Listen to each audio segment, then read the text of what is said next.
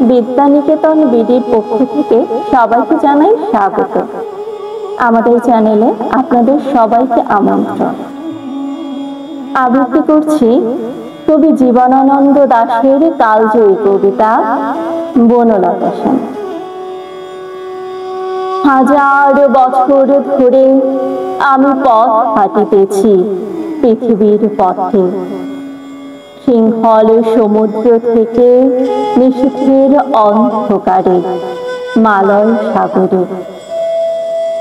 অনেক ঘুরেছি আমি বিম্বিসার অসুখের ধূসর জগতে, সেখানে ছিলাম আমি।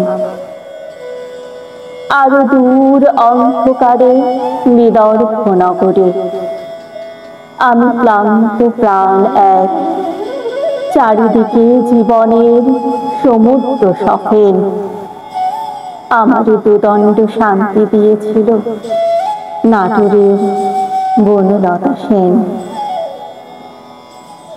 চলতার কবেকার অন্ধকার বিদিশার নিশা, মুক্তার শ্রাবস্তির কারুকার্য, অতি দূর সমুদ্রের পর হাল ভেঙে যে নাবিক হারাইছে দিশা। সবুজ ঘাসের দেশ যখন সে চোখে দেখে দারুচিনি দ্বীপের ভিতর, তেমনি দেখেছি তারে অন্ধকারে। বলেছে সে, এতদিন কোথায় ছিলেন? পাখির নীড়ের মতো চোখ তুলে নাটোরের বনলতা সেন। সমস্ত দিনের শেষে শিশিরের শব্দের মতন সন্ধ্যা আসে। ডানার রৌদ্রের গন্ধ মুছে ফেলে চিল। পৃথিবীর সব রং নিভে গেলে পাণ্ডুলিপি করে আয়োজন। তখন গল্পের তরে জোনাকের রঙে ঝিলমিল।